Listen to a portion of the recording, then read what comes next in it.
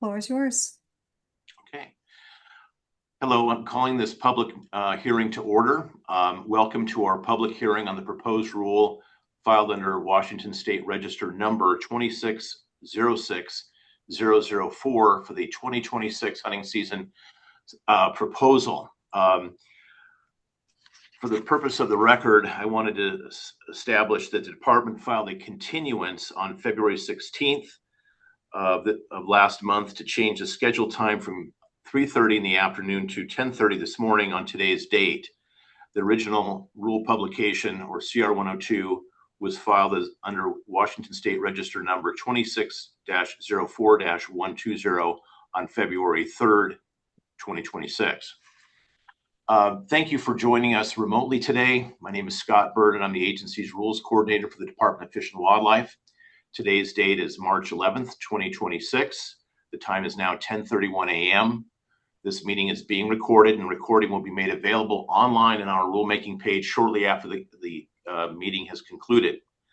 I'd like to also state for the record that the director, Kelly Susswind, is attending today's hearing. This public hearing was noticed on the rule publication, or CR 102 continuance rule proposal, which was filed on February the 19th. We will have a presentation to brief you on the rule proposal, and then we will take public comment from the attendees. When it's your turn to provide a comment, oral comment, the host will call your name and unmute you. Please keep your comments to 3 minutes or less to allow enough time for everyone to speak. At this time, we have 5 people signed up to speak. With that, let's start our presentation, and I'd like to introduce you to our first presenter, Kyle Spraggins, who's the department's waterfowl specialist, speaking on rule changes in WACs 220-416-060 and 220-416-080. He will be followed by Kyle Garrison, who is the department's deer and elk and game specialist, who will be talking about the changes to the balance of the rules. At this time, I'm going to turn it over to Kyle Spraggins for his presentation. Thank you. Good morning. Just to make sure, is my screen coming through? Yes, it is, Kyle. Great, thank you. Okay, good morning, Director Susswind and attendees. For the record, my name is Kyle Spraggins. I am the department's waterfowl section manager, and today I will be briefing you on 2 proposals, but first we'll start with the one related to waterfowl and migratory game birds within the Administrative Code section 220-416-060 for updates to the annual migratory game bird seasons and regulations. Migratory game birds refer to a suite of species, including ducks, geese, coot, and snipe, mourning dove, and bandtail pigeon, or those migratory birds under the federal authority granted by the Migratory Bird Treaty Act that mandates the U.S. Fish and Wildlife Service to consider species status and acceptability for regulated harvest, with further guidance on the process involved in issuing annual regulations for migratory game bird hunting. So what waterfowl hunters experience every waterfowl season is the final outcome of balancing federal law, federal authority with state laws and state regulations through flyway coordination that culminates in the waterfowl regulations pamphlet that the agency produces every July. What informs these proposals? Well, it differs a little bit depending on the ducks and the geese and some of the other migratory game birds. But there are key surveys that are sort of the fundamental crux for informing these types of proposals. For ducks, the BPOP, the Waterfowl Breeding Population and Habitat Survey, which is a combined effort between the U.S. Fish and Wildlife Service, Canadian Wildlife Service, and several states in the Pacific Flyway. We have additional survey information in Washington that comes from our winter sea duck surveys, what we often refer to as the PSEMP survey. Banding is a particularly preseason operational banding for ducks, as well as mourning dove and Canada goose is a key information source. And we also have harvest assessment information. And one of the key ones is what's referred to as the parts collection or the wing bees, where every year a sample of hunters is selected to submit wings from ducks and tail fans from geese that they shoot so that we can get more information about species composition, age, sex ratios that go back into informing how it is that these sort of federal guidances and frameworks are shaped. The geese, similarly, there are several key monitoring programs that feed into our ability to inform these proposals. The ones that I would like to call out are, in addition to the sort of traditional transect areas that the BPOP covers, one of the most critical surveys is conducted on the Yukon-Kuskokwim Delta, often referred to as the Coastal Zone Survey, by U.S. Fish and Wildlife Service in Western Alaska. That zone covers multiple of the key goose populations that we manage in the Pacific Flyway. There are 6 species of geese that transit through Washington, and when you look at it through the lens of management responsibility and how we shape those considerations, they are actually 12 management populations that we have to gather these types of information on both status, harvest through banding and the parts collection survey data, and other supplemental information that helps us refine these proposals. In the end, these proposals every year manifest in 3 key federal documents. One that is referred to as the status report, the waterfowl population status report that the U.S. Fish and Wildlife Service produces. Harvest through what is referred to as the activity report, the migratory bird hunting activity, which is summarized every year off of those efforts through the parts collection and the wing bee. And together, those build the proposals, the frameworks that come as guidance from from our federal partners, often referred to as the Adaptive Harvest Management Report or the AHM report. So to go a little bit deeper into sort of what do we know, those reports are released every September, which kicks off the structure in the decision framework of passing from federal to state and back to federal to make sure that that all of the regulations sync and that we are in line with all of those frameworks. For the duck population status, perhaps the most important point to emphasize is that ability to inform this annual decision-making process takes a huge, tremendous North American continental level effort every year. In Washington, we have 35 species of waterfowl, and it's my section's task to not only work within our department, but across our flyway partners to ensure that we keep up that information collection.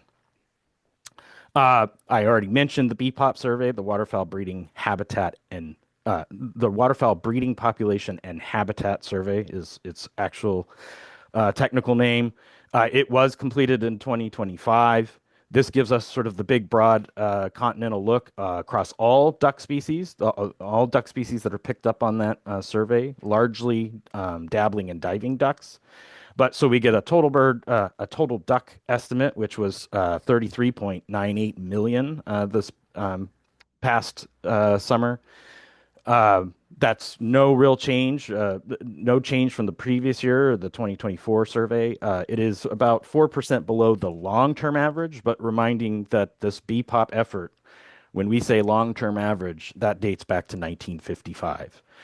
We know that ducks in particular have a very cyclic nature, and while we are certainly off of the highs that we saw in around the 2015, 2016 seasons, we are right dancing around that long-term average, and that is driven largely by conditions on the breeding areas in terms of habitat condition. How good is the wetland condition up there? We get a sense of that in terms of the U.S. Fish and Wildlife Service in that report provides information on the 10 principal duck species, those sort of key species that are picked up very broad distribution across this traditional survey. 5 of those 10 principal duck species are at or below their respective long-term averages, but there are some that are not. And 2 key species that Washington, in terms of our total harvest, look to Our American widgeon, which are up 22% over their long-term average, and green wing teal, which are up 16% over their long-term average from the information that comes from these surveys. We then are able to kind of hone in a little bit more and from that national continental look to what actually influences the Pacific Flyway. And this is where our ability to take these various strings of information and monitoring efforts, whether that's the surveys, the banding, or the harvest assessments, helps us focus sort of what is it that we can provide, knowing that these birds transverse from breeding areas in Alaska all the way through into California. So for the orange coloration in this figure is in the map is showing the areas that actually feed into what we refer to as the Western Mallard AHM, Adaptive Harvest Management. This Western Mallard strategy was developed nearly 20 years ago now, and it was the attempt to actually refine sort of what is influencing our understanding. So we, WDFW, the waterfowl section, do conduct transects across Washington, both in western and eastern Washington, during the breeding season to contribute information that also comes from California, Oregon, and central British Columbia, in addition to those transects that are in the traditional areas up in Alaska. So you can see when we start honing in on this sort of more what influences the harvest that people see. There's a little more red in the list there. Mallards in Washington, our breeding population estimate from the past spring was about 77,000. That's 16% below our long-term average, but that's not surprising. I think people realize that we have been through some significant droughts in the last several springs, and drought contributes to the conditions that these species, in terms of the response that we see on the landscape when we fly over. But this is balanced, right? So we also have Washington relies on a significant proportion of mallards that are coming from places, particularly Alaska and British Columbia. So Alaska's survey was slightly down, 1% below sort of its long-term average, and British Columbia was slightly above its long-term average at 81,000. So together, taking this information along with that into that AHM report that the service provides, the recommendations are that we are right in that long-term average that we strive for. The 30th, this would present the opportunity for the 30th season of using this adaptive harvest management, which calls for a liberal regulation package, which just means that the full 107-day season can be offered and that the bag limit structure would follow what people are used to, that there is a 7-duck total bag limit, of which 7 may be mallard, but no more than 2 hen mallards may be part of that consideration. This information is then further supplemented for particular species that have either nationwide or sort of more flyway specific information to help guide how much harvest can be provided given the population status. And the two species that typically most folks might be aware of because there are sub-restrictions are northern pintail and scaup. And there are problems with these two populations. And again, largely this relates to a habitat function.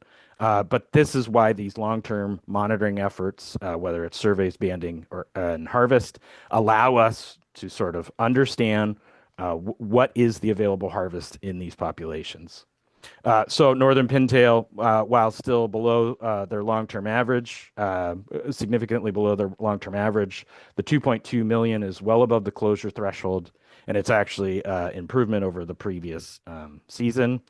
The scaup also below their long-term average by 25%, but they're the 3.675 combined scaup, the lesser and graders together. It is very difficult from the air to actually separate out the two species. Again, we are above the closure threshold, but below the objective. So in the strategies, the national strategies that inform those harvest options, once again, similar to the previous season, northern pintail is in what is referred to as a liberal 3, which again, that just means that it is available for the entire 107 days. and that there is the offer for the second year now of a 3-bird pintail bag limit. While SCOP is in what is referred to as a restrictive regulation option, because we cannot take advantage of the full 107 days. It is a truncated 86-day season, and only 2 SCOP are available. Again, this is not different. This is status quo compared to the season that we just went through. One additional piece of information that Washington collects is related to sea ducks. Sea ducks take a bit different of a life history strategy, much more similar to something like a goose or a swan, in terms of they are long-lived, low reproductive sort of output on an annual basis, and so it is that long game that these species play. And what that translates to is there's an ability for harvest to potentially impact the winter areas sooner. For 30 years now, the waterfowl section has used a tremendous aerial survey effort, that map on the other upper right, that covers 4,000 miles of transect in the Puget Sound every winter to help us understand how many are out there, and combined with the information that comes from a mandatory harvest report, so that we know how much is being taken out, we can understand what is that sort of percentage of harvest of the winter index that we are allowing to occur. And for certain species that are on that mandatory harvest report, scoters, goldeneye, long-tailed duck, we offer it to those sea duck hunters that are by the permit, the mandatory harvest report, and to participate. But in more recent years, we've had to use a permit-driven system for harlequin duck to limit the number of potential harvests to keep that percentage at an acceptable level. As a sort of update to this permit process, which we just went through the second year of having that system in place, I'm showing a summary that we were able to get our hands on from what happened this last year. So 52 limited user permits were available for the 25-26 season, the one that we just went through. There were 460 total applications, about an 85% resident application split between non-resident and resident, 85% resident, 15% non-resident. There were 52 permits available, so by random drawing, there were 52 users selected. Thankfully, that was right along the sort of percentage split that we see in the applications. About 85 were offered to residents, and 15% were offered to non-residents. Of that, pulling from this is a system that we have a mandatory harvest report that is filed online. From that, 45 permits were acquired, meaning of those 52, 45 purchased the permit. The other 7 did not take advantage of it for whatever reason. There are multiple reasons that we hear about. But 45 were acquired. 33 provided compliant reports, which just means by the February 15th due date, which is about a 73% compliance rate, meaning that there were 12 non-compliant reports. But that doesn't mean we ignore that, right? What we do is we look at what was the confirmed harvest of those compliant reports. So there were 30 confirmed harlequins of the 33 compliant reports. We take that 90.9% success rate and apply it to those final 12 to derive a non-compliant estimate, which essentially is 11 of the 12 we are saying must have harvested based on that success rate. And so our total harvest estimate from this past season of when considering the compliant, the known, plus the non-compliant, which is estimated with that success rate, our estimate would be 41 of total harvested out of the 52 permits that we put out there expecting to be harvested. This year, last year we've shown this for the last 2 years that we've done that permit process. Again, just as a reminder, the change in sort of the structure of how we get to the available number of permits was we have a goal. There is this long-term winter index goal that we are trying to strive for. When we're below that, we're offering a smaller harvest, or we're aiming for a smaller harvest rate of 3%. If we get above that, we would be able to offer a more along the lines of a 5% harvest rate, which was the original guidance before we went into the permit system. We use adult males as sort of our index. We get to that from those winter surveys paired with a boat-based survey that allows us to get a better idea of composition, meaning of the Harlequin ducks that we see, how many are adults versus how many are young of the year, and how many of those adults are males versus females. This allows us to then make this calculation, and in applying a wounding loss correction, um, we arrive at the number of permits available. We are in status quo. We are holding the 52 permits as we did this past season, in part because we are still learning. This proposal is asking for year three. And so when we take this all together, all this information from the duck side of things, we are talking about status quo. The only change is the calendar adjustment because we are shifting from one calendar to the next.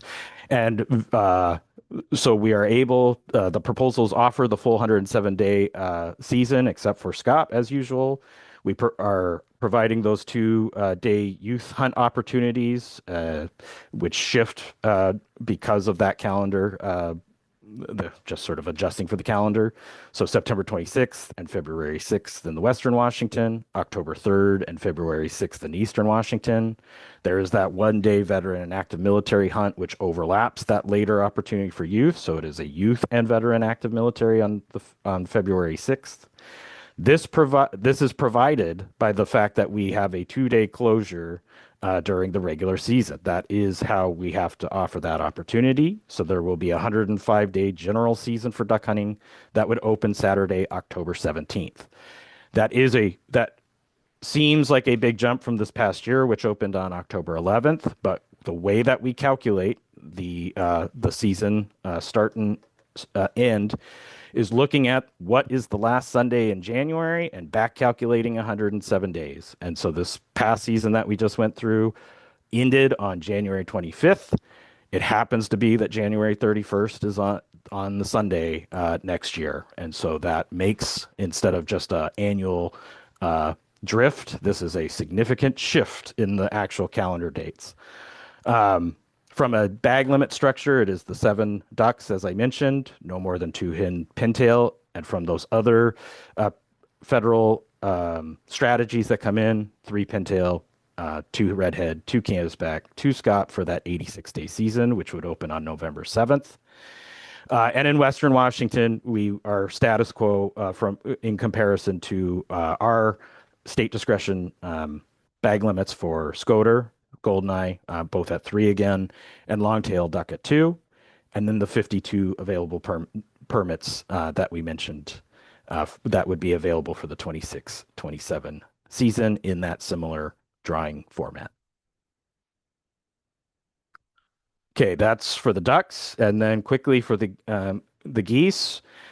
Geese take a little bit different strategy just because of the sort of how specific they are in the breeding areas. As I mentioned, certain surveys are capturing multiple goose populations to help us inform status. And this is why the map for the goose management areas is there are multiple areas. We are trying to adjust for these known association areas. Washington serves as a major wintering area and maybe an even more important migration area for several of these goose populations in the Pacific Flyway. And so Goose Management Area 1, for example, is very much driven by the considerations of the Wrangel Island snow geese. This is our tie to Russia in the Migratory Bird Treaty Act. That population has always historically wintered in that Skagit-Whatcom area. Thus, why we're trying to capture the sort of what is it that we can shape seasons to allow those opportunities.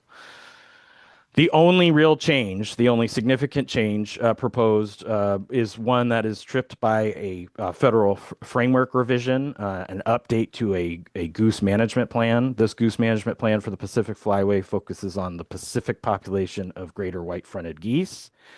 Washington does not get a lot of white-fronted geese that actually touch down during the season. So functionally, white fronts are always one where the opportunity doesn't feel like it's real, but those birds, every one of the birds in the population, pass over twice a year over Washington. And so we know that they are making their way from Alaska to California, and at times weather will put them on the ground.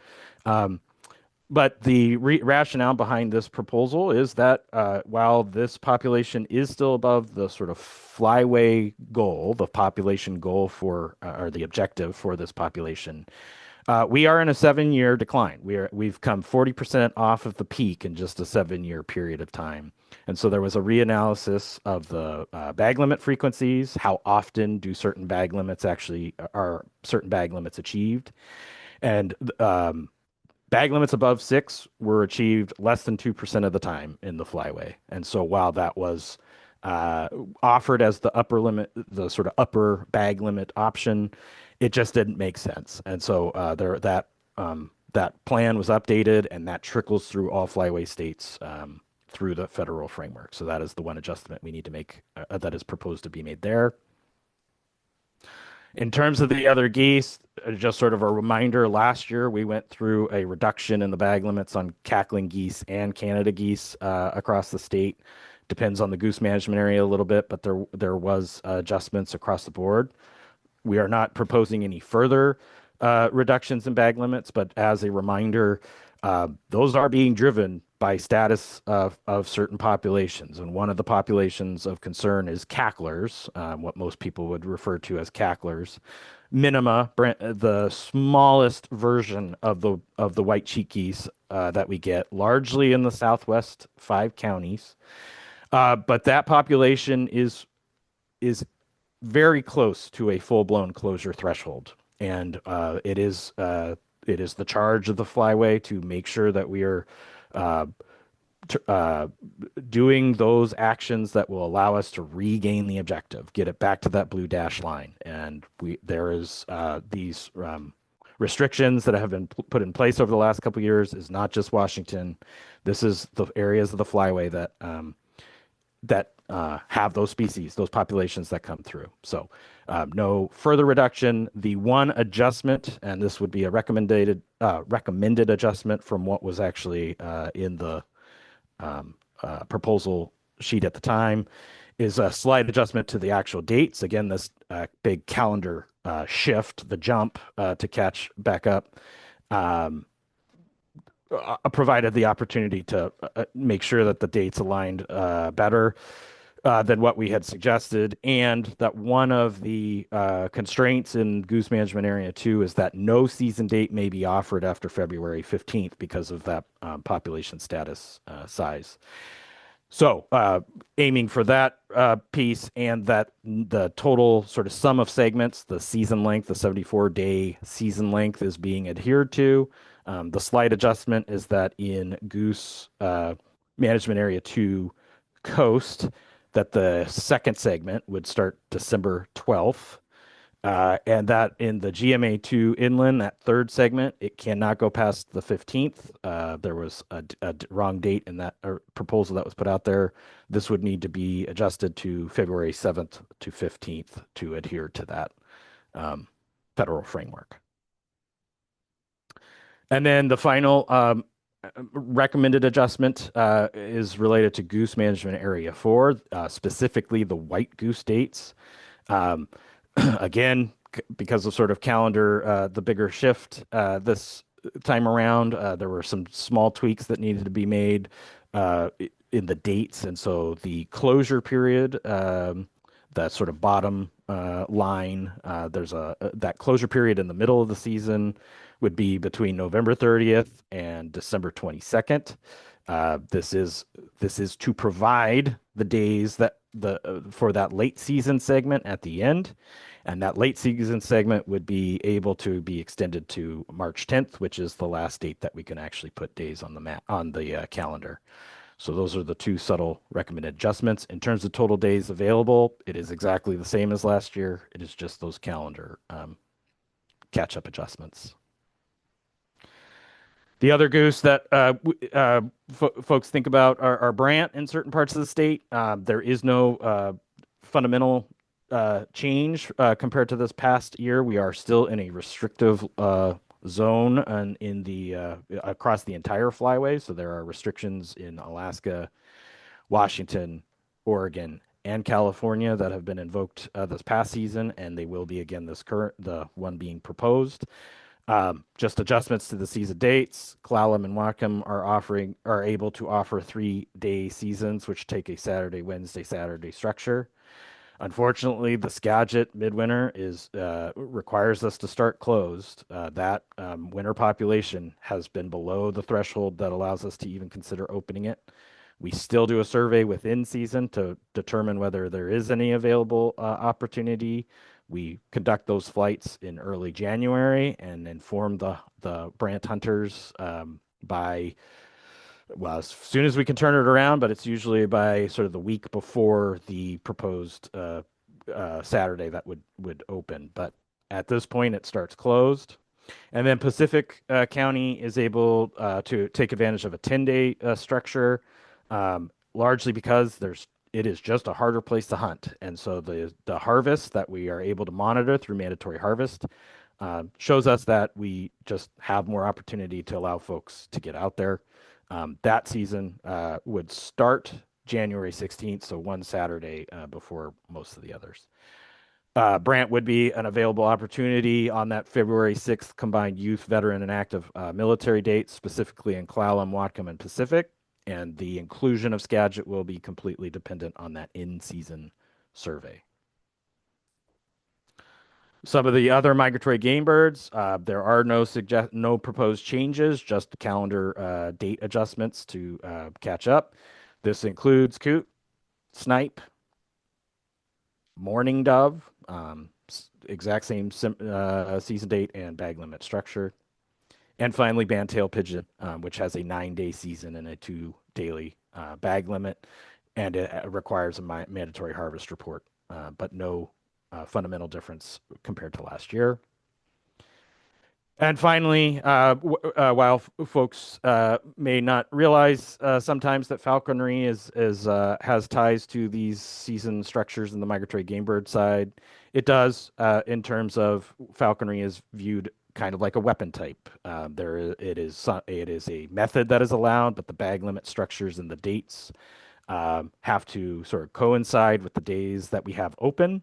Falconry has a reduced bag limit to provide that opportunity on any given day.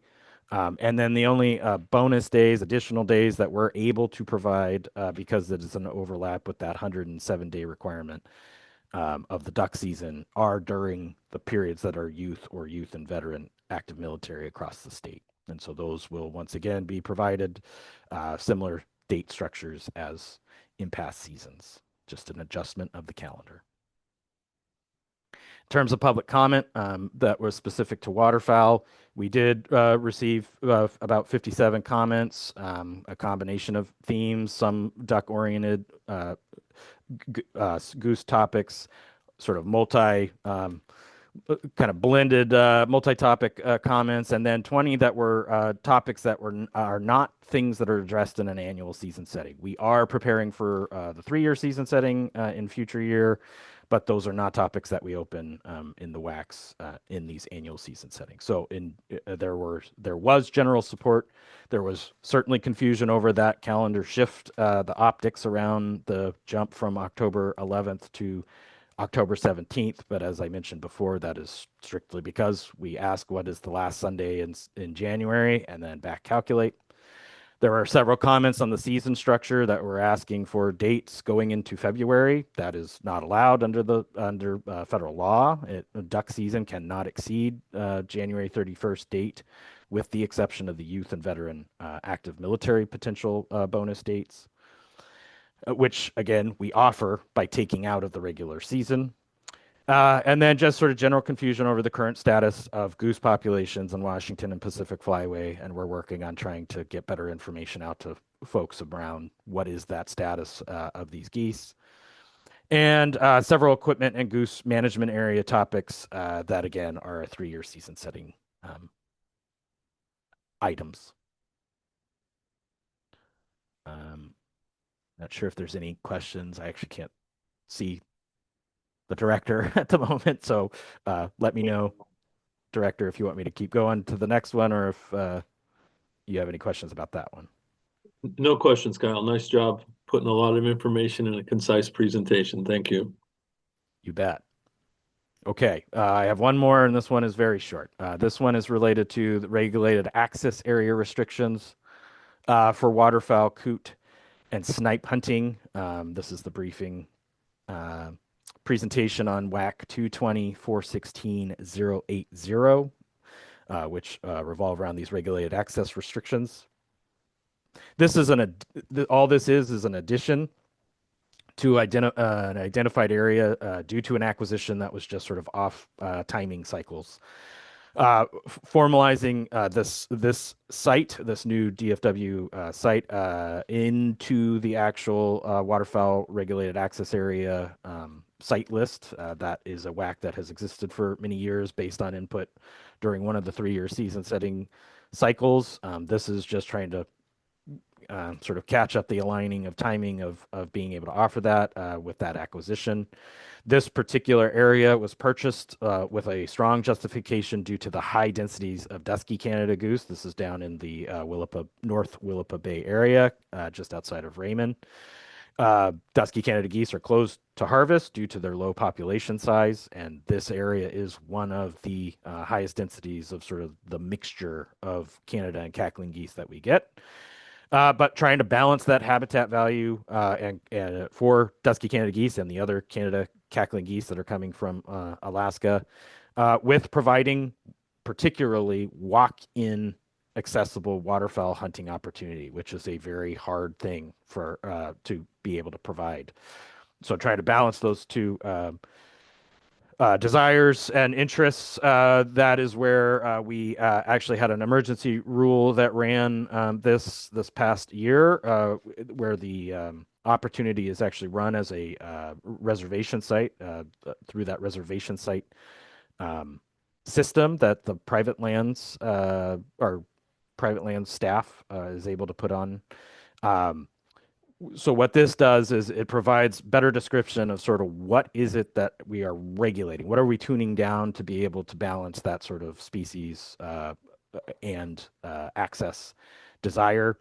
And so there are 3 specific bullets that inform this about the date structure, that it's Saturday, Sunday, Wednesdays. That follows the goose season structure that is already in place in that goose management area, but also keeps it so that there's not disturbance during the off days to keep that site valuable for the geese.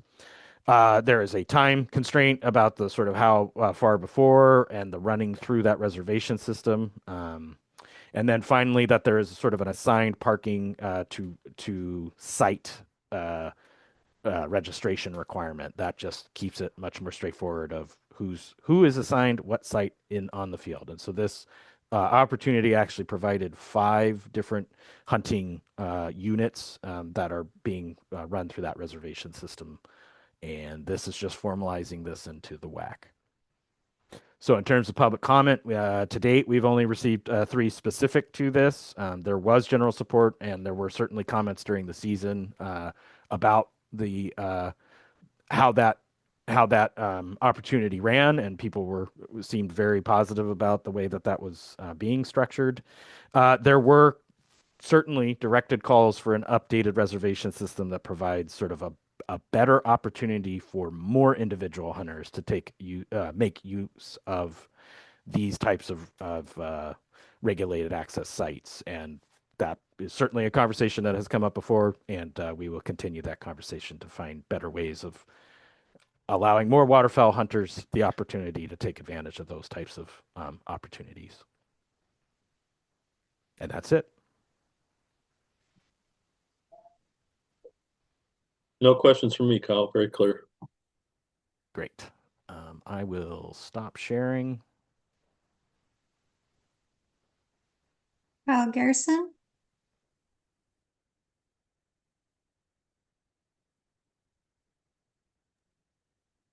All right. Can you confirm you see my full displayed screen, my PowerPoint presentation?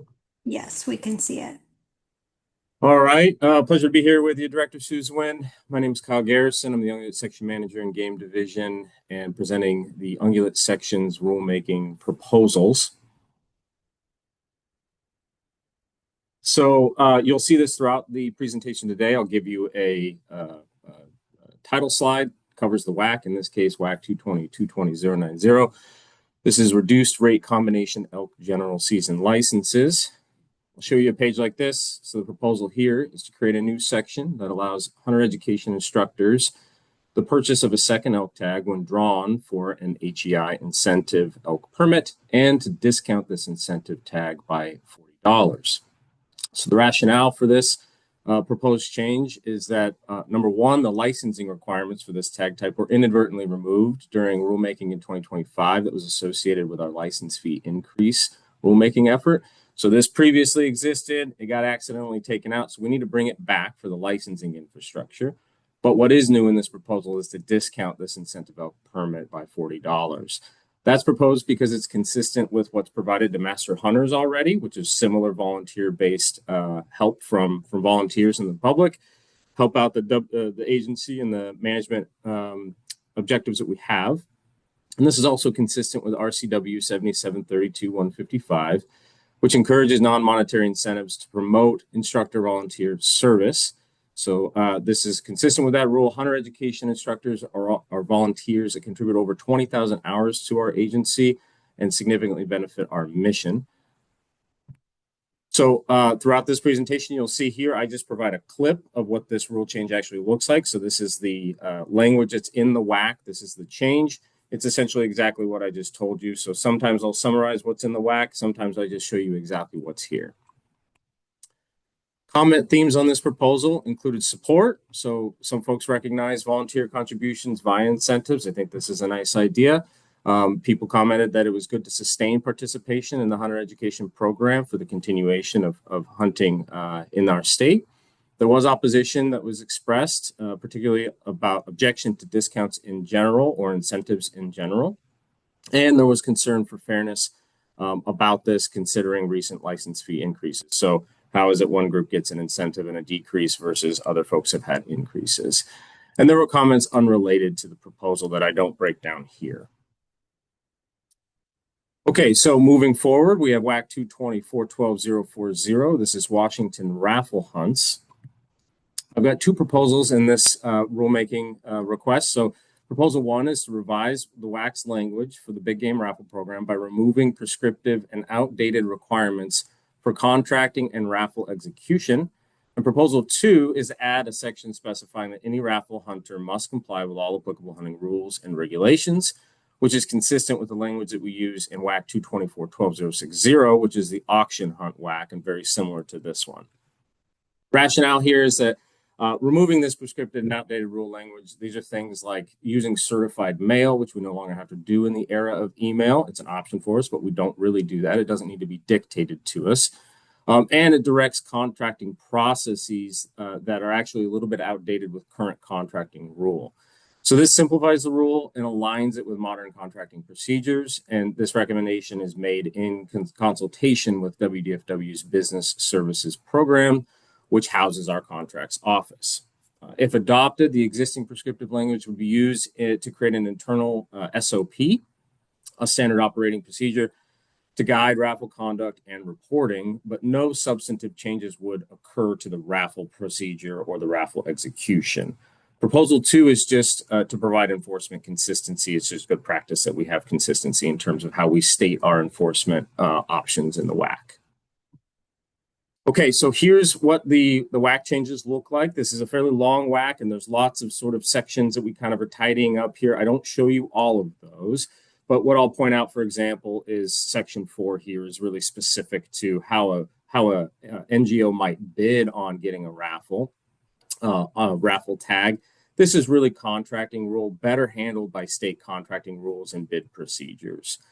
I do want to point out here, section 3 states there's no limit on the number of raffle tickets a person may purchase. I'm presenting that to you today as a recommended adjustment. When we filed this WAC, we had inadvertently removed that section. We actually want to maintain that here in the WAC to make it clear that there isn't a cap. Okay, so support expressed Some folks like simplifying program requirements. Some folks express support conditional on that these raffle funds are going to resource conservation, which for the record, they do go directly to. There is no opposition that was expressed directly related to the proposal. There was comments unrelated to the proposal that I'll just point out quickly, that there was some concern expressed over equity and access to raffle opportunity. And there was a preference expressed for caps on raffle sales. Moving forward to WAC 220-412-060. So this is the Washington auction hunts, very similar to what you just saw in the raffle hunts. Proposal 1 is revise the WAC language in the same way, essentially, for the big game auction program. We want to remove that prescriptive and outdated requirements that's specified in WAC, specifically to the contract procedure, and some of it to the auction execution itself. So the rationale here, again, removing this prescriptive outdated language, it just modernizes the rules so we can be up to date with our contracting procedure. It doesn't fly in the face of state contracting law that we would otherwise be following. And again, this recommendation is being made in consultation with our business services program. If adopted, we'd still take that prescriptive language, the things that dictate how an auction is to be executed. We'd create that in an SOP, in an internal document, and use that to then specify the conduct of these auctions, the reporting of sales forms, et cetera.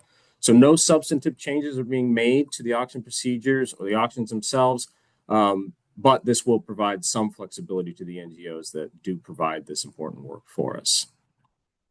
So again, here, this is a snip of the WAC changes itself. Point out section 3 again. This is really specifying like a bidding procedure on a contract that is just best handled elsewhere under state contract rules. Okay, so comment themes. We had some support. Folks thought, hey, it's a good idea for simplifying program requirements. Again, folks expressed support conditional on these funds going to resource conservation. And again, for the record, that's exactly where they do go. They go to our important work on ungulates throughout the state. No opposition directly related to the proposal. There were a few comments unrelated to the actual proposal, but I thought I'd call them out here.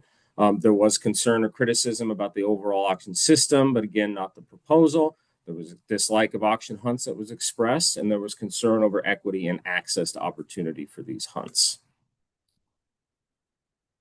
Okay, continuing to move forward. WAC 220-400-040. This is possession of dead wildlife.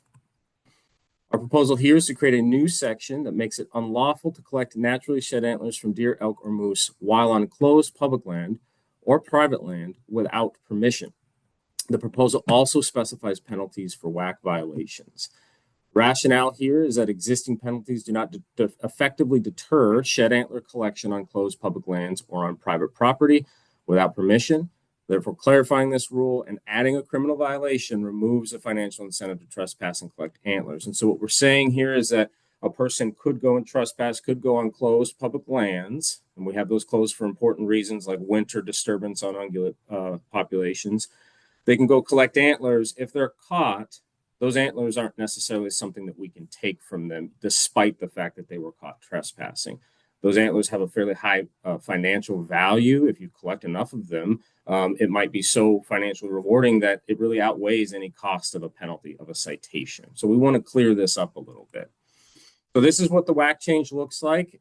In this first section here, all we do is sort of restate that indeed naturally shed antlers from deer, elk, and moose can be collected without a permit. We're not establishing a permit here. You can do this so long as it's on open public land or on private land where you have permission. Section 2 here is where it makes it unlawful to do that antler collection where you're on closed public lands or you're on private land without permission, specifying the violation there in that subsection.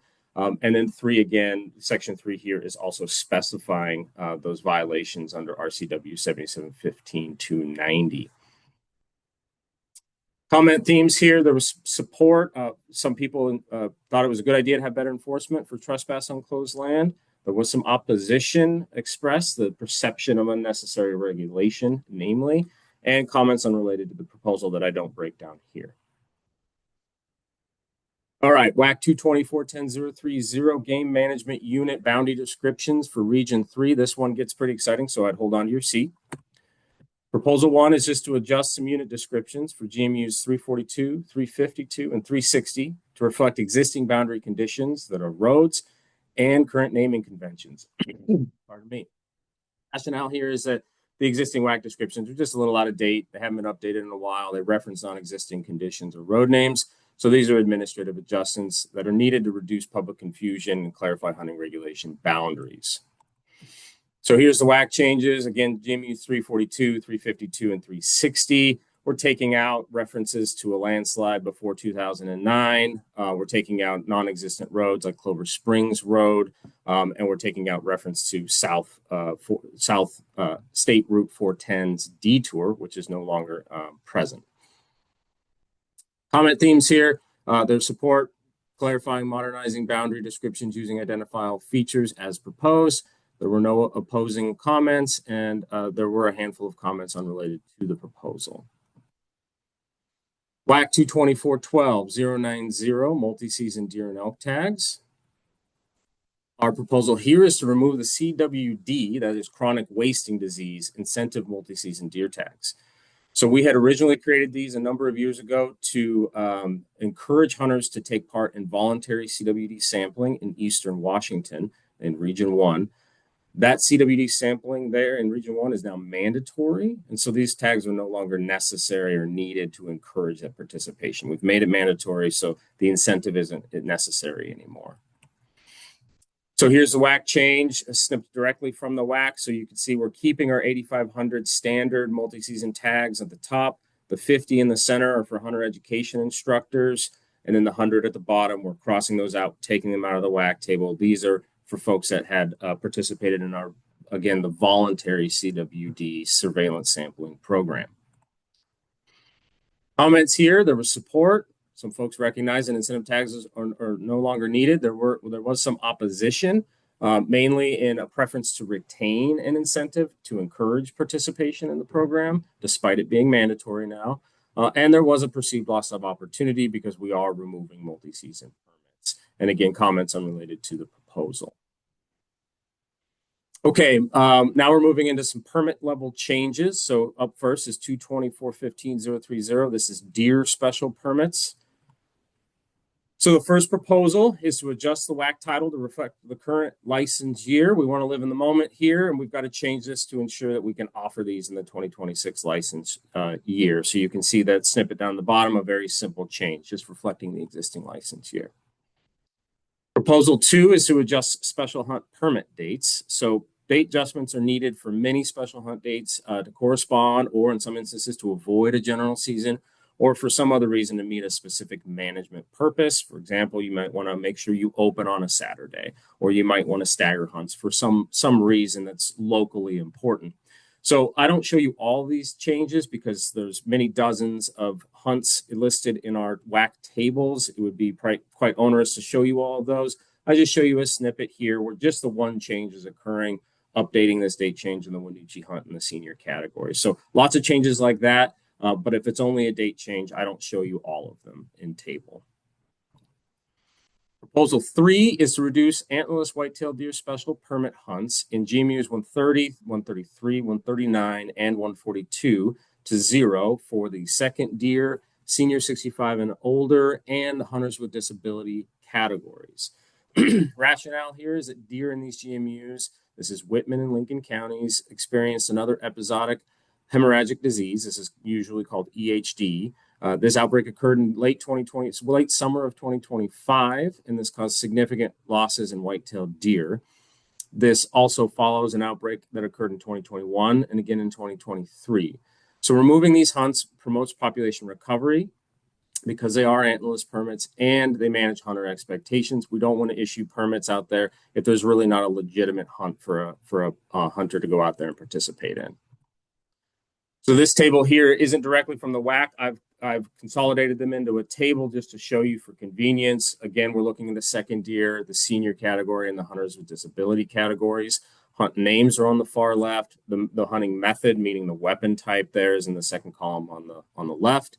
And then on the right, you can see our 2025 permits and what we're proposing for 2026. At the bottom, you can see that summed.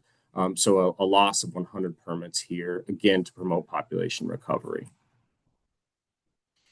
Proposal 4 is to reduce the Palouse special hunt in GMUs 127 through 142. These are permits from 300 to 100 in the buck category.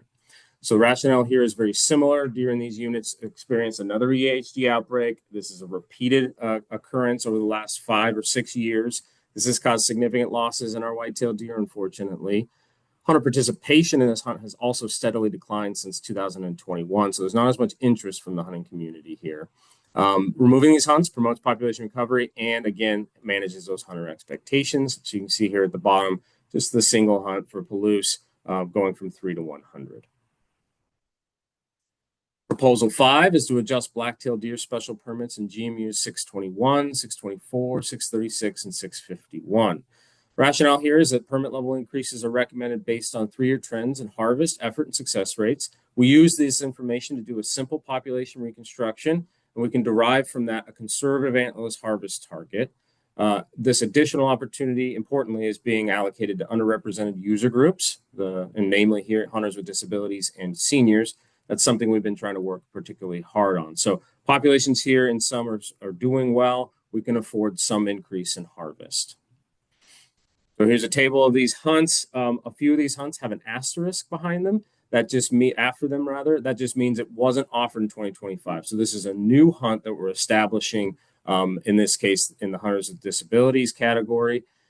We're going from 80 total across these 3 categories to 140 total. Proposal 6 is in GMU 566. This is Washougal, to increase permit levels in the quality, youth, senior, and hunters with disability categories. Rationale here is that harvest trends support a modest permit increase. So again, populations are doing well. We're seeing that reflected in our harvest trends. We've got an opportunity to expand opportunity, and I've been requesting and working with our regions to find opportunities for us to increase hunting experiences for our underrepresented groups. Again, that's youth, seniors, hunters with disabilities. So seeing that reflected here, this change is not expected to impact deer populations, and again, underscores that effort we're making to allow broader user group participation. Proposal 7 is to reduce permits for the Sinlaheekan and Pogue special hunts in the quality and buck categories. So we heard a little bit before about Region 1, Far Eastern Washington's EHD outbreak. Well, that also occurred in North Central Washington. So in late summer of 2025, significant mortality occurred in the Okanagan watershed, and recent aerial surveys do show a depressed mature buck number. We're doing okay, but we don't want to put the pedal too far down. So reducing buck opportunity here helps to maintain our buck to doe ratios and, again, meet expectations for special hunt quality, especially in that quality category and even still in the buck category. Okay, so proposal 8 is where we need to adjust quality and buck category special permits proportionally among user groups. So the rationale here is just to provide special hunt opportunities among hunting methods relative to participation. This is usually or historically referred to as what's called resource allocation. And it's just making sure that we're putting permits out in a sensible way, especially for these quality and these buck permits where they're really highly regarded, they're very well sought after. We want to make sure that they're allocated equitably. So I've got an example here on the right. This is a completely hypothetical example. And what you see at the top here is a harvest goal is 20. So our monitoring data, our biologists determine we can have a harvest goal of 20 bucks being harvested. Now what we need to do is split that harvest goal, that total harvest goal, that pie you see right there, among the different hunting methods. So modern firearm hunters represent 79% of our deer hunters. So you do some quick math. That harvest goal for modern firearm hunters is 16. Archery, they 15% of our hunting community, deer hunters. Their harvest goal is therefore 3. Muzzleloaders are 6%. In this example, their harvest goal then is 1. So we take that harvest goal, and how do you get to a proposed permit level? By looking at average success of these hunts. So the table down below, again, these are hypothetical numbers, merely for illustrative purposes. You can look at modern firearm hunters. Their harvest goal is 16. Let's say they have an average success over the last 3 years of 80%. So not every animal is being harvested on all permits. So that turns into a proposed permit level of 20. We keep a track on that annually so that we don't exceed that harvest goal. You do the math there on the archery and the muzzleloader, again, showing you that success rates change the way the number of proposed permits come out. So in this example, archers have lower success at 40%. That means a harvest target of 3 can be turned into a proposed permit level of 8. Okay, so not every hunt has to be affected in the quality and the buck categories. And in most cases, what happens is a change is needed because that success rate has changed. Although in some cases, the harvest target also changes. So here we see relatively modest changes in just a handful of hunts across all 3 weapon types, going from 121 total to 104. So just a handful of hunts that needed to be changed and updated in their permit level, again, to ensure that we don't exceed our harvest targets. Okay, lastly on deer, we have a few recommended adjustments. So number 1 is to correct season dates in the quality and the buck categories here. A fairly straightforward, simple change. We just didn't file the WAC with these correct dates with the CR 102. Correcting season dates in the antlerless category. Here we've got Blue Creek, Dayton, and 1010 and the modern the modern firearm, I should say, hunting method. Again, just a simple date change that didn't get filed with our CR 102. And then again, here in the senior 65 and up category, we had several hunts here. So in regions 5 and 6, so you see down there at the bottom, I list them. The table gets a little bit unruly here. So original dates were the October 17th to the 27th. Corrected dates should be October 17th to November 1st. Okay, for comment themes, there was support expressed. There was agreement with adjusting permit levels based on population status, for example, those EHD outbreaks and the suit management needs. There was support being expressed for balancing opportunity by method, or so-called resource allocation. There was opposition expressed. There was concern about reduced opportunity, or very relatedly, an expression of desire for more permits. There was a perception that deer populations in some areas can support more harvest and therefore more permits. Concern for muzzleloader permit levels, and concern for senior, youth, and hunters with disability permit levels or opportunity. And again, comments that are unrelated to the proposal. All right, so moving forward, WAC 224.15.060, this is the elk special permits. So just like deer, we want to update the license year and the WAC title, just to have it reflect this upcoming license year. Proposal 2, just like deer, again, updating the special hunt permit dates. There are many of these updates. I don't show them all to you here, but these date adjustments are needed for various reasons, including aligning or avoiding a general season.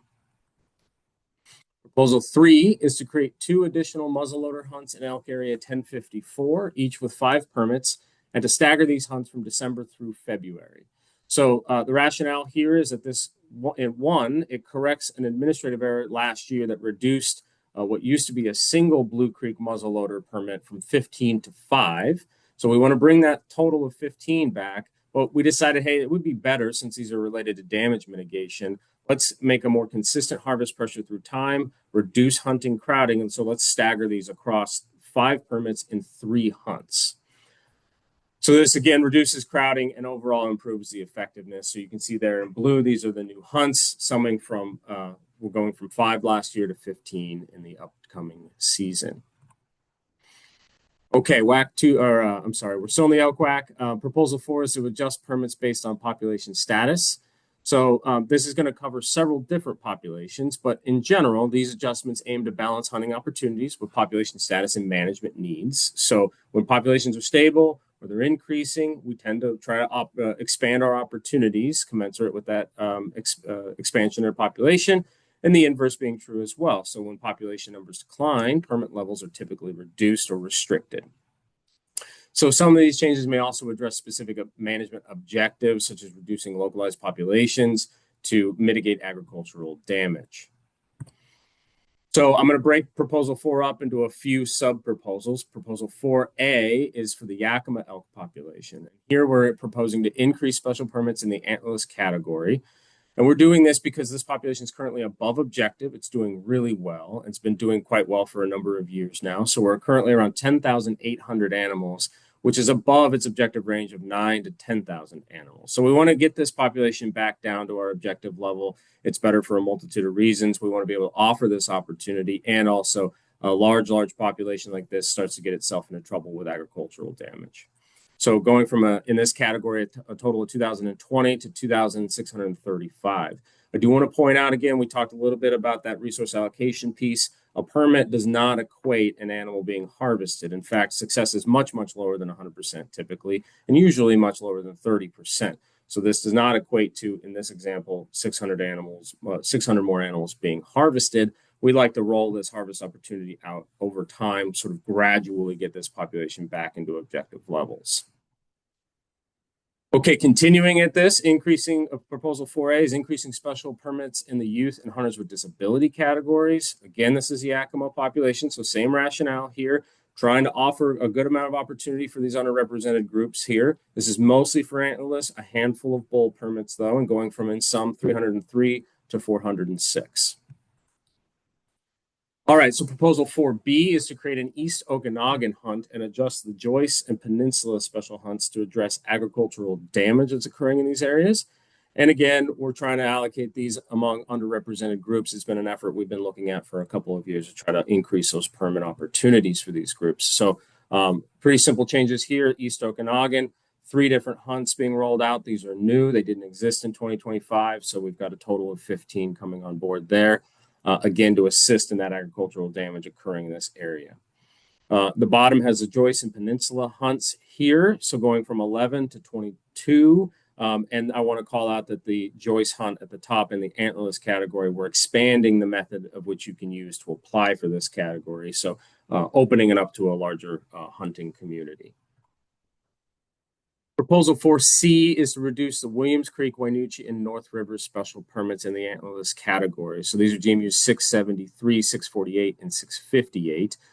Here in this section of the Willapa Hills population, we have a slightly declining calf-cow ratio and bull-cow ratio, and we've seen that also reflected in our hunter success rates. So taken together, these trends warrant a permit reduction to maintain management objectives and promote herd stability.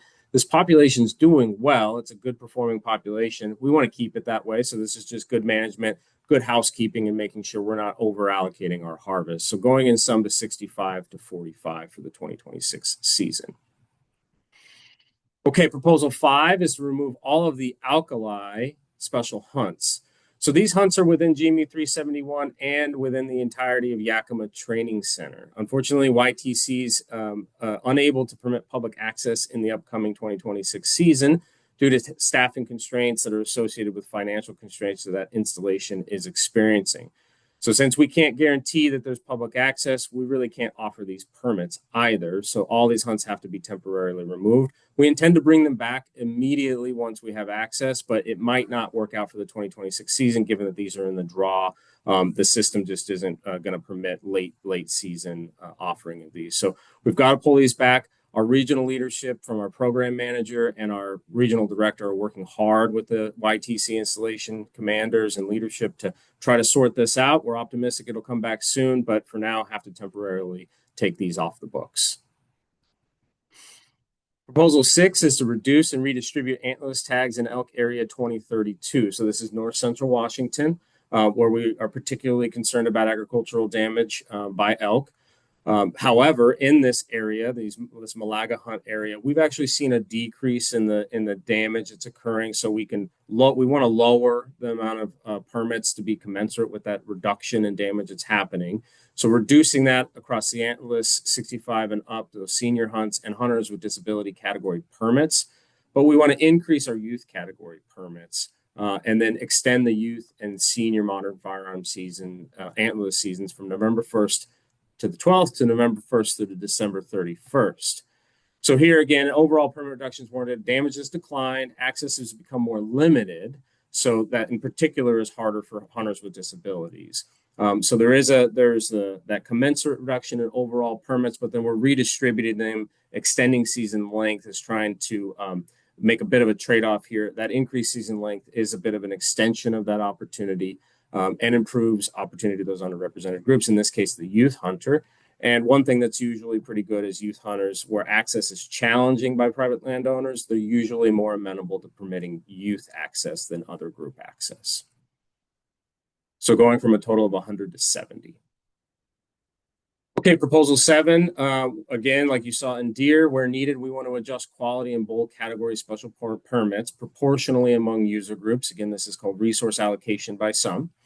The rationale here is to provide balanced special hunt opportunities among hunting methods relative to the hunting participation. So relative to the sales data, essentially, among our 3 major weapon types.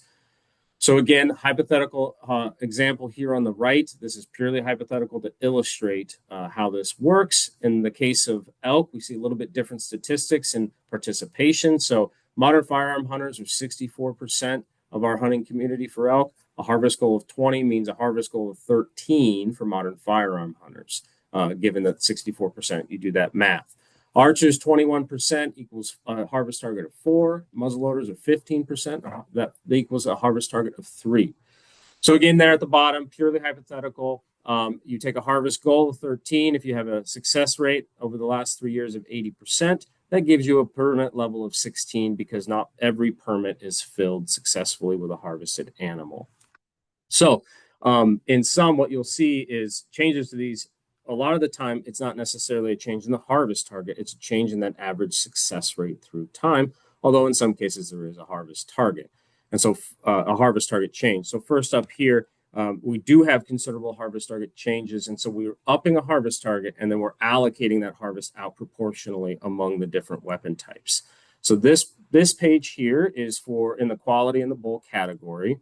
And for the Yakima population specifically, this is associated with what I just showed you there in 4A. The Yakima population is doing very well, and we can afford to offer more opportunity and get that population back in line gradually with its objective range. So going from 136 total permits in 2025 to 531 total permits in 2026 as proposed. And again, wanted to emphasize that that does not equate to a jump in 400 animals being harvested.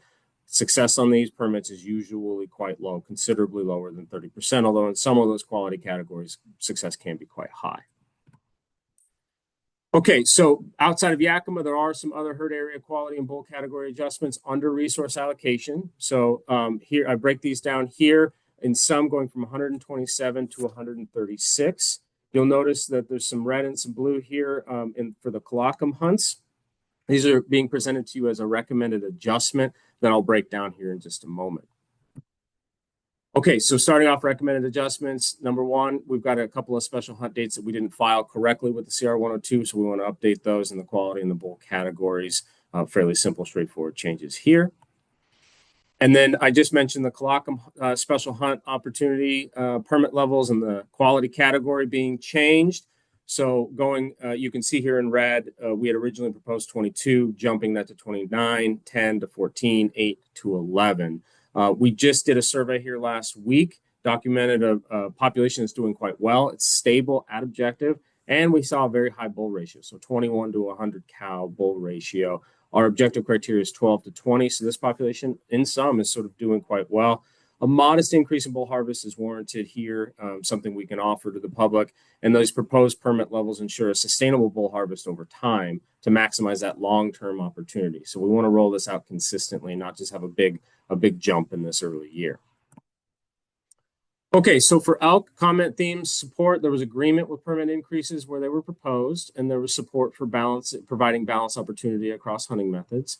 Opposition that was voiced was over concern for lost opportunity where it was proposed, concern about season timing, perception that additional opportunity can be afforded, at least in some areas, and there was concern expressed for youth, senior, and disabled hunter opportunity. And again, comments unrelated to the proposal.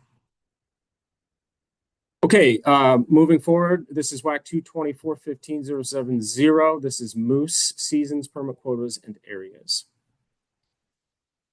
Just like deer and elk, proposal 1 here is to update the license year in the WAC title. Proposal 2 is to swap the hunt areas for the disabled hunter and youth category antlerless permits. Rationale here is that the Mount Spokane North unit, where the disabled hunter permit is currently prescribed, access has become really limited due to new road restrictions on the landowner that's been put into place in recent years. The Mount Spokane South unit, though, where the youth hunt is, offers extensive motorized access. So we're just sort of swapping these to improve that disabled hunter access, but no loss of opportunity. And the youth hunter shouldn't be greatly affected by this change. So here's the WAC table, a very simple change. We're just swapping these hunt names and hunt areas. Comment themes, there was support, general agreement, there was support for improving youth and disabled hunter access. There was opposition expressed over frustration over too few permits, and again, a desire for more youth, senior, or disabled opportunity, and comments unrelated to the proposal. WAC 224-15-120 is the Bighorn sheep seasons, permit quotas, and areas. So first up, we want to update our license year to reflect this upcoming 2026 season. Proposal 2 is to increase the Clement Mountain population any ram permits from 4 to 8 and provide 2 Clement Mountain juvenile ram hunt permits. Rationale here is that ram levels in the population are quite high. We have a ram to ewe ratio of 76 to 100 ewes. So our managers aim to gradually lower this ram to ewe ratio through harvest in coordination with the Yakima Nation to align the population within our management objectives, which is 25 to 30 rams to ewes. This is also important because lowering the number of rams reduces the risk of contact with domestic sheep and goats. Contact with domestic sheep and goats can subject the bighorn to a disease that causes pneumonia. It's highly infectious and very, very fatal. So it's a bad deal when we have male bighorn sheep running around and there's a lot of them. They go on forays, they get a little exploratory and may come into contact with the wrong cousins. So there, down at the bottom, we've got Clement Mountain, the simple table of the proposed changes going from 4 to 8. That juvenile ram hunt hadn't been there in the past year, bringing that in as a proposed 2 animals. Proposal 3 is to create a Sela Butte any ram special hunt with a total of 2 permits. So a similar justification here. Ram levels in this population are high. Ram ewe ratio here is 55 to 100 ewes. So we want to gradually lower the ram to ewe ratio through harvest in coordination with the Yakima Nation, align it with our management objectives.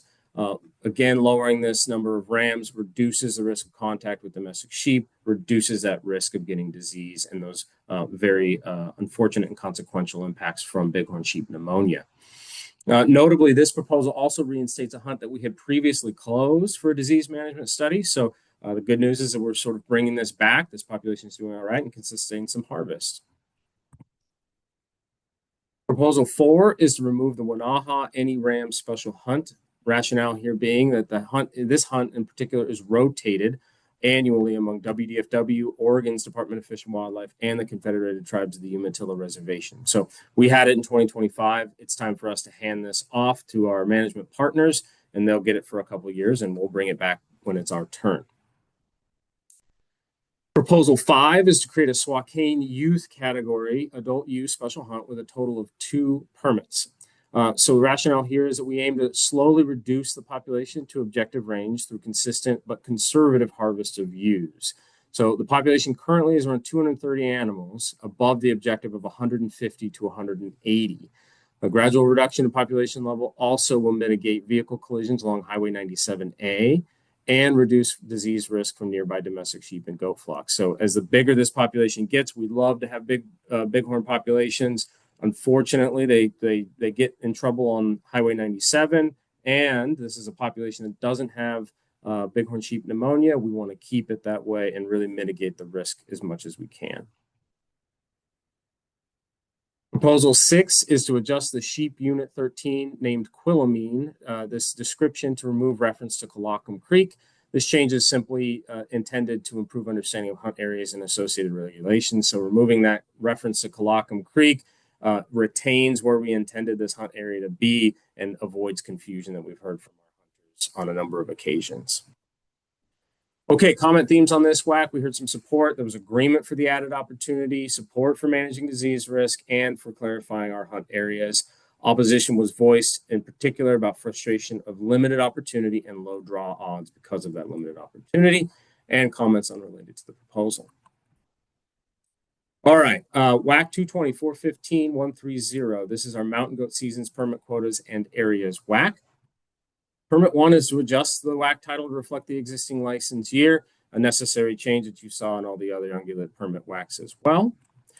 There are no other proposed changes to the mountain goat whack, including permit levels for the 2026 license year. And I just show you here, we've got 7 permits, and these are in accordance with our updated game management plan guidelines. So no changes here, sticking to a very conservative permit allowance. Comment themes, there was general support expressed, but nothing specific to the proposal, and no specific opposition related to the proposed changes, although there was frustration that was being expressed over limited opportunity and comments unrelated to the proposal. That wraps up my proposals, Director Sueswind, and happy to field any questions you have. Nice job, Kyle. Also a lot of information and a nice concise presentation. I didn't find the boundary adjustments nearly as exciting as you suggested, but otherwise, great job. No questions. All right, thank you. Scott?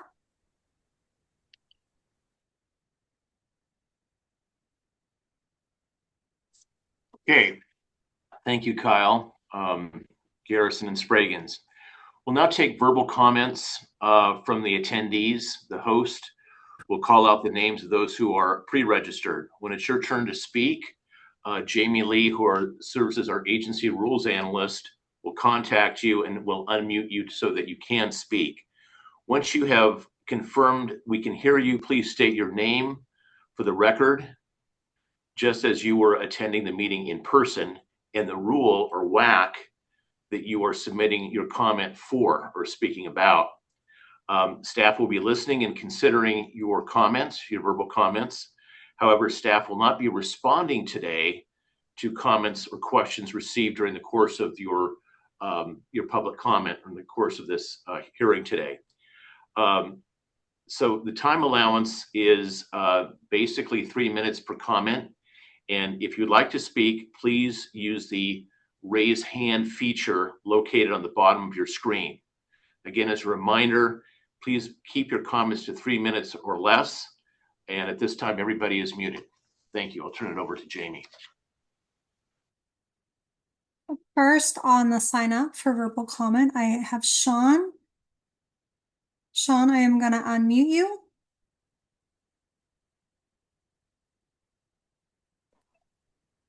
Hello. Sean, we can hear you. Great. Thank you for Your, the opportunity. your timer is on. My name is Sean Van Giesen. These are general comments with regard to utilization of bait for deer hunting. I am a lifetime resident of Washington State. My family has lived on Whidbey Island for over 100 years. My life changed in 2018 when I was struck by an SUV by a distracted driver. My recovery required 5 surgeries and thousands of hours of rehabilitation, walking more than 800 feet, sitting, standing, or driving more than 30 minutes triggers increased pain levels. My disabilities are recognized by the state DMV, Social Security, and WDFW. One thing that kept me going through the worst of times was looking forward to hunting and fishing with my son again. Last year, I faced a new unexpected challenge when the ability to bait since 2016 was unexpectedly taken away from all deer hunters in the state. The ability to bring an animal to me as a disabled hunter is critical. Overpopulation of deer on Whidbey Island places public and deer at extreme risk due to the deer-related vehicle encounters and accidents. The number of deer hit by cars typically is higher than the number of deer harvested by legal hunters. Also, I believe the high population places added risk to the deer wasting disease that is possibly coming to this part of the state in years to come due to high levels of population and reduced habitat due to urban development. I believe hunters with disabilities at a minimum should be allowed to continue to use bait in regions that have no tested, proven cases of chronic wasting disease. Last year, I applied for an accommodation, but this accommodation was denied. I am in the process of appeal on the WDFW decision through the state Washington Appellate Court. In the process of preparing for my appeal, I found that handicapped people of the state of Washington may be underrepresented by WDFW per the ADA, and I'm recommending that the state and WDFW look into this matter as soon as possible. It is my recommendation that at least one member of the volunteer ADA committee presently in place by WDFW be assigned on a rotating basis to the rule making commission for both annual and emergency rulemaking to better represent disabled hunters and fishers of the state of Washington. I would like to close with a reminder to the commission and WDFW that a large portion of our handicapped community are members of the armed services that made life-altering sacrifices for our freedom. Thank you for your time. Thank you, Sean. All right, your 3 minutes are up. I am going to ask you to mute, or actually I'm going to mute you here. Okay, next for public sign up, I have a Michael. Michael, are you in the lobby? One more time, I'm calling for Michael.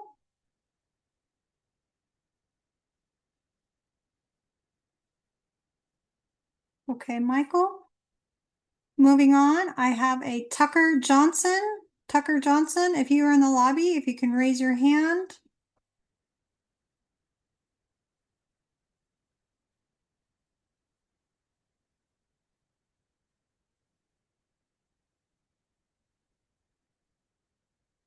Last call, Tucker Johnson, please raise your hand.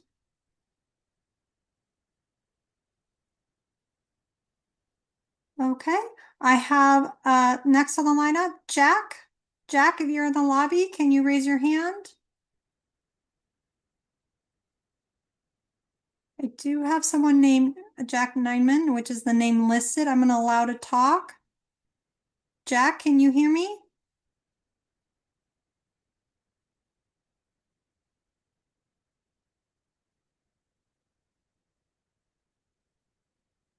Jack?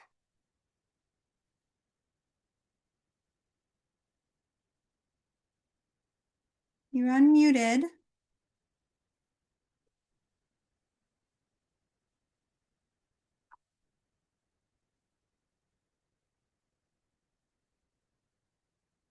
Jack? Yes. Yes. Can you hear? Oh, there we go. Oh, The floor is boy. yours. My name is Jack Nyman, and I want to thank you for giving me a chance to give my input on the upcoming elk season. My main concern is the number of antlerless permits in GMU 673 Williams Creek. 3 years ago, there was 50 permits for modern rifle. 2 years ago, there was 25. Last year, there was 10. And this year, you're proposing 5. And 10% is what the number is from 2023 until now, proposed. And there's no way that this is justified. Last year, the day before the modern firearms season, there were across the road from my place, there were 28 elk, 2 branch bulls, and 4 spikes in the one field. The next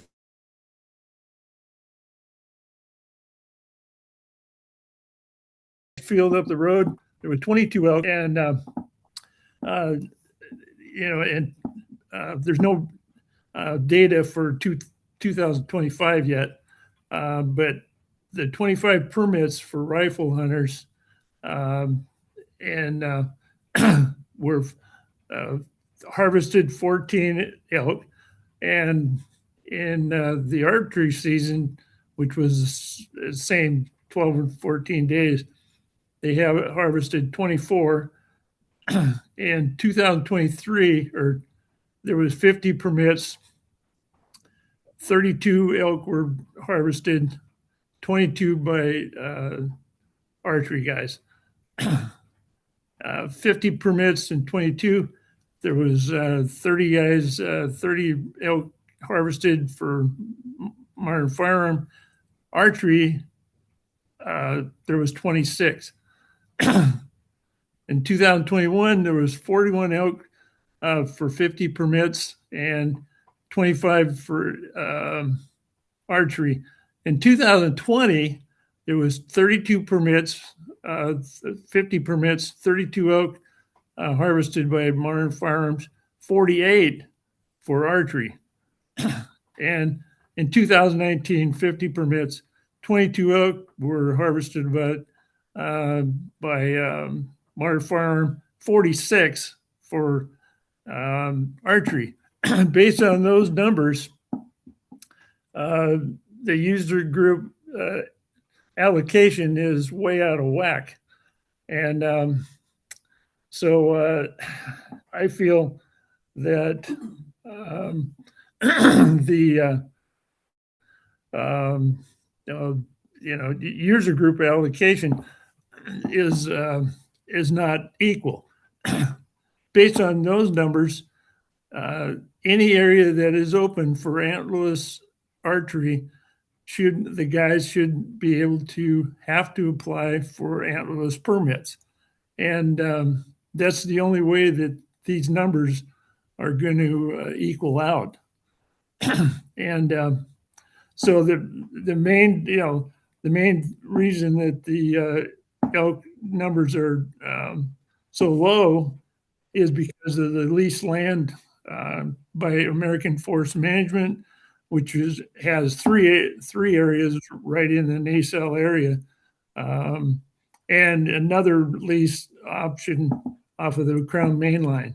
And so, which is, it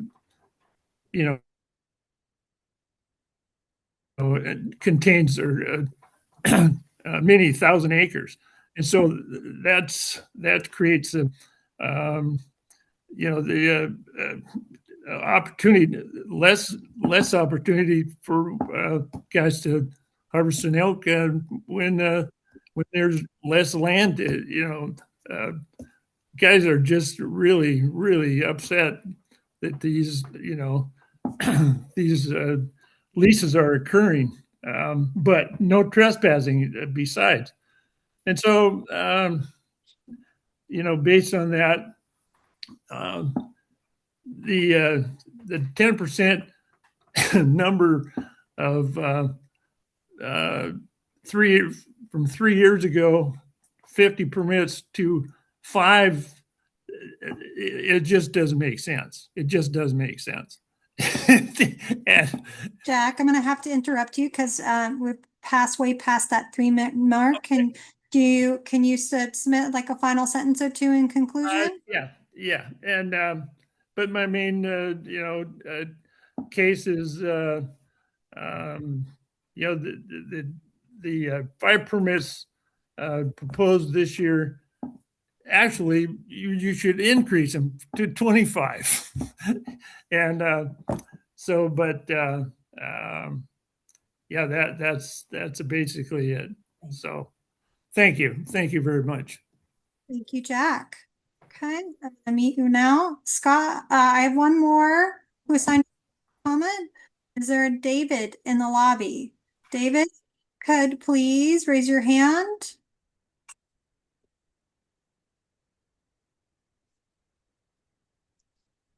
One more time. David, are you in the lobby? Please raise your hand. Okay. Scott, I'm handing it over to you. Okay, thank you.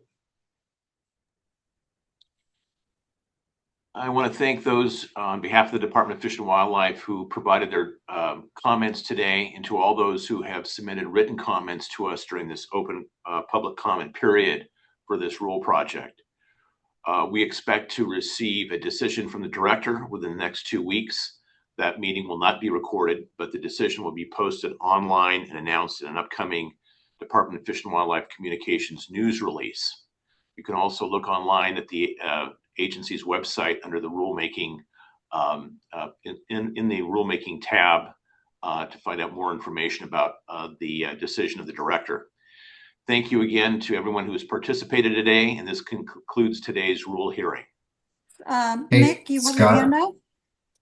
Yeah, just one final bit before we close the hearing, just to note that the public comment period for these rules is open till I think the close of business tomorrow. And if there's comments that people would like to share before, between now and then, that is still allowed. Thank you. Thanks, Ben. Kelly, do you have any questions or the last minute thoughts before we close the hearing? No, thanks to staff and thanks to the folks that attended. Thank you all. I'm going to end this public hearing. Have a great day.